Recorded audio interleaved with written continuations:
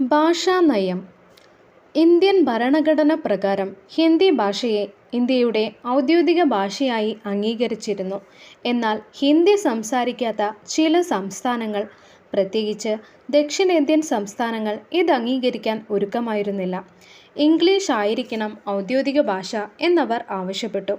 ഇത് കടുത്ത ഒരു ഭരണഘടനാ പ്രതിസന്ധിക്കിടയാക്കി. 1967 ഇന്ദിരയുടെ നേതൃത്വത്തിൽ നടപ്പാക്കിയ ഒരു ഭരണഘടനാ ഭേദഗതിയിലൂടെ ഇംഗ്ലീഷും ഹിന്ദിയും ഇന്ത്യയുടെ ഔദ്യോഗിക ഭാഷകളായി അംഗീകരിച്ചു. വടക്കേ ഇന്ത്യൻ സംസ്ഥാനങ്ങളിൽ നിന്നും ഇന്ദിരയ്ക്ക് കടുത്ത എതിർപ്പുകൾ നേരിടേണ്ടി വന്നുവെങ്കിലും ദക്ഷിണേന്ത്യൻ സംസ്ഥാനങ്ങൾ അവർക്ക് പൂർണ്ണ പിന്തുണ നൽകിയിരുന്നു. അടിയന്തരാവസ്ഥ. 1971 നടന്ന ലോക്സഭാ തെരഞ്ഞെടുപ്പിൽ ഇന്ദിരാഗാന്ധിയോട് പരാജയപ്പെട്ട രാജ് നാരായണൻ തിരഞ്ഞെടുപ്പ് കൃത്രിമം, സർക്കാർ വസ്തുവകകൾ തിരഞ്ഞെടുപ്പ് പ്രചാരണത്തിനായി ഉപയോഗിക്കൽ എന്നീ കുറ്റങ്ങൾ ആരോപിച്ച് ഇന്ദിരയ്ക്കെതിരെ അലഹബാദ് ഹൈക്കോടതിയിൽ കേസ് കൊടുത്തു. അലഹബാദ് ഹൈക്കോടതി വിധിയിൽ ജസ്റ്റിസ് ജഗ്മോഹൻലാൽ സിൻഹ ഇന്ദിരയെ കുറ്റക്കാരിയായി വിധിക്കുകയും ലോക്സഭാ സീറ്റ് റദ്ദു ചെയ്യുകയും 6 വർഷത്തേക്ക് തിരഞ്ഞെടുപ്പിൽ മത്സരിക്കുന്നതിൽ നിന്ന് അയോഗ്യയാക്കുകയും ചെയ്തു. രാജ്യമൊട്ടാകെ ഇന്ദിര രാജിവെക്കണം എന്ന് ആവശ്യപ്പെട്ടിട്ടുള്ള പ്രക്ഷോഭങ്ങൾ ശക്തമായി.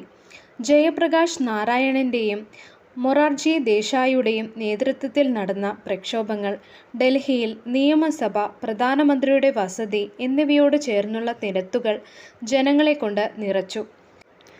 രാജ്യത്ത് സ്ഫോടനാത്മകമായ സ്ഥിതിവിശേഷമാണ് നിലവിലുള്ളതെന്ന് കാണിച്ച് ഇന്ദിര രാഷ്ട്രപതി ഫക്രുദ്ദീൻ അലി അഹമ്മദ് വഴി ഇന്ത്യൻ ഭരണഘടനയിലെ 352 വകുപ്പ് അനുസരിച്ച് രാജ്യത്ത് അടിയന്തരാവസ്ഥ പ്രഖ്യാപിച്ചു. ഇന്ദിരയ്ക്ക് ഉത്തരവുകൾ, ഡിക്രികൾ പുറപ്പെടുവിച്ച് ഭരിക്കുവാനും തിരഞ്ഞെടുപ്പുകൾ റദ്ദാക്കുവാനും പൗരാവകാശങ്ങൾ റദ്ദാക്കുവാനും പരിമിതപ്പെടുത്തുവാനും ഉള്ള അധികാരം ഇത് നൽകി. 1975 മുതൽ 1977 വരെ ആയിരുന്നു അടിയന്തരാവസ്ഥ കാലഘട്ടം. 24 മണിക്കൂറുകൾ കൊണ്ട് ജയപ്രകാശ് നാരായണും മൊറാർജി ദേശായിയുമടക്കം രാജ്യത്തെ മിക്കവാറും എല്ലാ പ്രധാന പ്രതിപക്ഷ നേതാക്കളെയും ജയിലിലടച്ചു.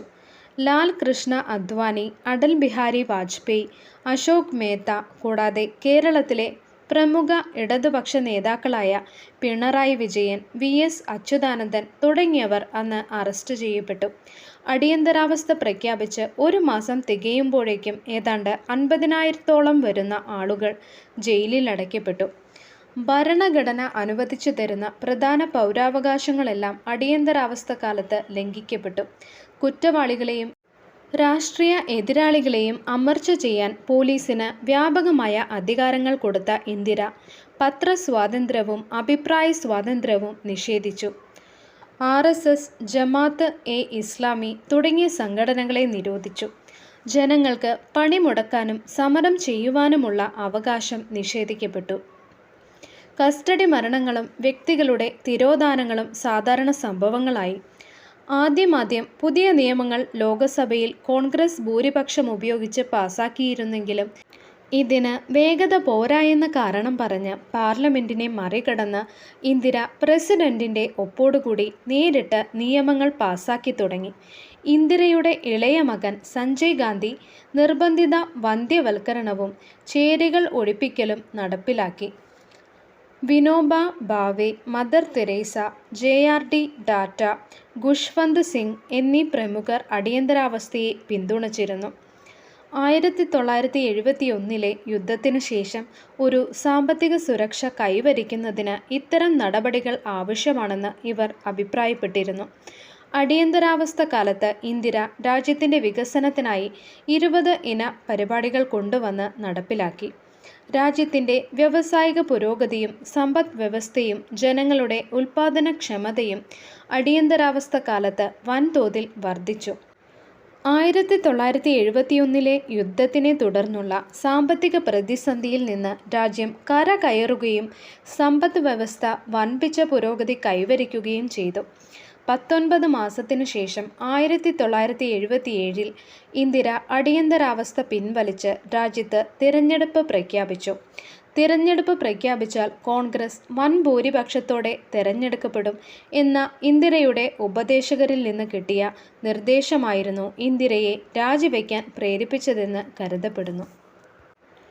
അധികാരത്തിൽ നിന്ന് പുറത്താവൽ, അറസ്റ്റ്, തിരിച്ചുവരവ്.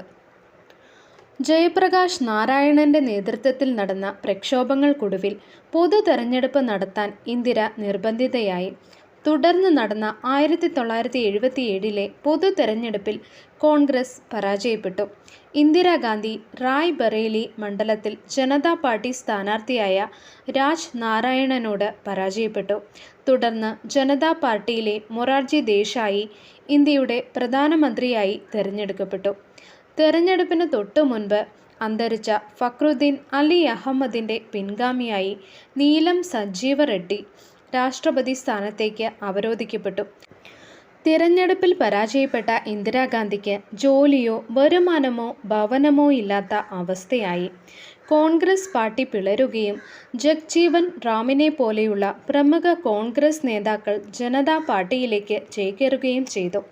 പാർലമെൻറ്റ് അംഗങ്ങളുടെ എണ്ണത്തിൽ വളരെ കുറവ് വന്നെങ്കിലും കോൺഗ്രസ് പ്രധാന പ്രതിപക്ഷ കക്ഷിയായി തുടർന്നു. തെരഞ്ഞെടുപ്പിൽ പരാജയപ്പെട്ട ഇന്ദിര വെറുതെ ഇരിക്കുകയായിരുന്നില്ല. അവർ ജനതാ പാർട്ടിയുടെ നയങ്ങൾ ജനവിരുദ്ധ നയങ്ങളാണെന്ന് ആരോപിച്ച് സാധാരണ ജനങ്ങളെ സംഘടിപ്പിച്ച് പ്രക്ഷോഭത്തിനൊരുങ്ങുകയായിരുന്നു.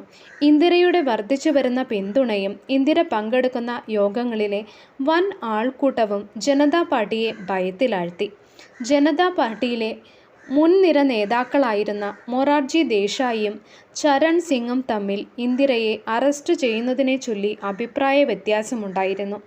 ഇന്ദിരയെ അറസ്റ്റ് ചെയ്ത് തീഹാർ ജയിലിലടയ്ക്കണം എന്ന് ചരൺ സിംഗ് ആവശ്യപ്പെട്ടപ്പോൾ പ്രതികാരം ജനതാ പാർട്ടിയുടെ നയമല്ല എന്ന് പറഞ്ഞ് ദേശായി ഈ നീക്കത്തെ എതിർക്കുകയായിരുന്നു. എന്നാൽ CBI ആഭ്യന്തര മന്ത്രാലയത്തിൻ്റെ കീഴിലായിരുന്നു. ആഭ്യന്തരമന്ത്രിയായിരുന്ന ചൗധരി ചരൺ സിംഗ് ഇന്ദിരാഗാന്ധിയെയും സഞ്ജയ് ഗാന്ധിയെയും അറസ്റ്റ് ചെയ്യാൻ ഉത്തരവിട്ടു. 4 വ്യത്യസ്ത FRI ആണ് CBI ഇന്ദിരയ്ക്കെതിരെ തയ്യാറാക്കിയത്. ജനങ്ങളുടെ ഇടയിൽ ഇന്ദിരയുടെ അറസ്റ്റും കയ്യാമം വച്ച് കോടതിയിലേക്ക് കൊണ്ടുപോകുന്ന ഇന്ദിരയുടെ ചിത്രവും അബലയും നിരാലംബയുമായ ഒരു വനിതയെ ഭരണകൂടം വേട്ടയാടുന്നു എന്ന പ്രചാരണത്തിന് വഴിവെച്ചു. ഇത് ഇന്ദിരയുടെ രാഷ്ട്രീയ പുനർജനനത്തിന് വഴിതെളിച്ചു. ജനതാ കൂട്ടുകക്ഷി ഭരണം ഇന്ദിരയോടുള്ള എതിർപ്പിൽ നിന്നും ഉടലെടുത്തതായിരുന്നു. അടിയന്തരാവസ്ഥയിൽ നിന്ന് സ്വാതന്ത്ര്യം തിരിച്ചു വന്നെങ്കിലും കക്ഷികൾ തമ്മിലുള്ള പടല പിണക്കങ്ങൾ കാരണം ജനങ്ങളുടെ അടിസ്ഥാന ആവശ്യങ്ങൾ പോലും നിറവേറ്റാൻ ജനതാ ഗവൺമെൻറ്റിന് കഴിഞ്ഞില്ല. ഈ സ്ഥിതിവിശേഷം രാഷ്ട്രീയമായി മുതലെടുത്ത ഇന്ദിര വീണ്ടും ജനങ്ങളുടെ ഇടയിലേക്കിറങ്ങി. അടിയന്തരാവസ്ഥയിലെ അതിക്രമങ്ങൾക്ക് മാപ്പ് പറഞ്ഞ ഇന്ദിര ആചാര്യ വിനോബ ഭാവെ തുടങ്ങിയ രാഷ്ട്രീയ ഭീഷ്മാചാര്യന്മാരുടെ സമ്മതി നേടിയെടുത്തു. ജൂൺ 1979 മൊറാർജി ദേശായി രാജിവെക്കുകയും ചരൺ സിംഗിൻ്റെ നേതൃത്വത്തിലുള്ള മന്ത്രിസഭ അധികാരത്തിലേറുകയും ചെയ്തു. ലോകസഭയിൽ ഭൂരിപക്ഷമില്ലാതിരുന്ന ചരൺ സിംഗ് മന്ത്രിസഭ കോൺഗ്രസ് പിന്തുണയ്ക്കായി ഇന്ദിരയുമായി ധാരണയുണ്ടാക്കി. തൻ്റെ പ്രധാന രാഷ്ട്രീയ എതിരാളിയുമായി അധികാരത്തിനു വേണ്ടി ഉണ്ടാക്കിയ ഈ കൂട്ടുകെട്ട് രാജ്യമൊട്ടാകെ രാഷ്ട്രീയ കോലാഹലങ്ങൾ സൃഷ്ടിച്ചു. ഒരു ചെറിയ ഇടവേളയ്ക്ക് ശേഷം ഇന്ദിര ചരൺ സിംഗ് മന്ത്രിസഭയ്ക്കുള്ള പിന്തുണ പിൻവലിക്കുകയും രാഷ്ട്രപതി നീലം സഞ്ജീവ റെഡ്ഡി മന്ത്രിസഭ പിരിച്ചുവിട്ട് 1980 പുതിയ തെരഞ്ഞെടുപ്പ് പ്രഖ്യാപിക്കുകയും ചെയ്തു. ഈ തെരഞ്ഞെടുപ്പിൽ ഇന്ദിരയുടെ നേതൃത്വത്തിലുള്ള കോൺഗ്രസ് മന്ത്രിസഭ വൻപിച്ച ഭൂരിപക്ഷത്തോടെ അധികാരത്തിൽ വന്നു. സ്വകാര്യ ജീവിതം. സ്വാതന്ത്ര്യശേഷം ഫിറോസും ഇന്ദിരയും അലഹബാദിൽ തന്നെ വാസമുറപ്പിച്ചു. ദാമ്പത്യത്തിൻ്റെ തുടക്കത്തിൽ ഇരുവരും തികഞ്ഞ യോജിപ്പിലായിരുന്നെങ്കിലും നെഹ്റുവിനെ സഹായിക്കുവാൻ ഇന്ദിര ഡൽഹിയിലേക്ക് പോയതോടെ അവരുടെ ബന്ധത്തിൽ വിള്ളൽ വീണു. ഡൽഹിയിലെത്തിയ ഇന്ദിര അച്ഛൻ്റെ വലം കൈയായി പ്രവർത്തിച്ചു. മക്കളായ രാജീവും സഞ്ജയും ഇന്ദിരയോടൊപ്പം വളർന്നു. കൂടാതെ ഫിറോസിന് രാഷ്ട്രീയ രംഗത്തും അല്ലാതെയും നിരവധി സ്ത്രീകളുമായി അവിഹിത ബന്ധങ്ങളുണ്ടായിരുന്നു.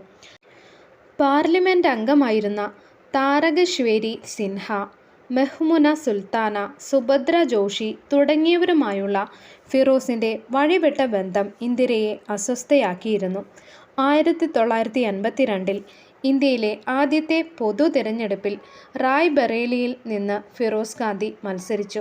തൻ്റെ സ്ഥാനാർത്ഥിത്വത്തെപ്പറ്റി ഫിറോസ് നെഹ്റുവിനോടോ ഇന്ദിരയോടോ സംസാരിച്ചിരുന്നില്ല.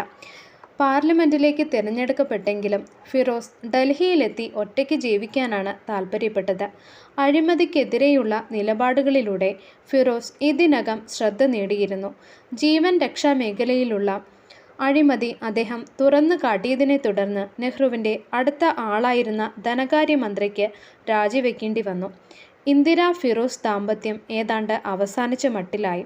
എന്നാൽ 1957 പൊതു തെരഞ്ഞെടുപ്പ് വിജയിച്ച ശേഷം ഫിറോസ് ഹൃദ്രോഗബാധിതനായതോടെ മക്കൾക്കൊപ്പം ഭർത്താവിനെ ശുശ്രൂഷിക്കാൻ ഇന്ദിര കാശ്മീരിലെത്തി. എന്നാൽ അധികം താമസിയാതെ 1960 സെപ്റ്റംബർ 8 ഫിറോസ് മരണത്തിന് കീഴടങ്ങി. ഫിറോസിൻ്റെ മരണസമയത്ത് ഇന്ദിര നെഹ്റുവിനൊപ്പം വിദേശ പര്യടനത്തിലായിരുന്നു.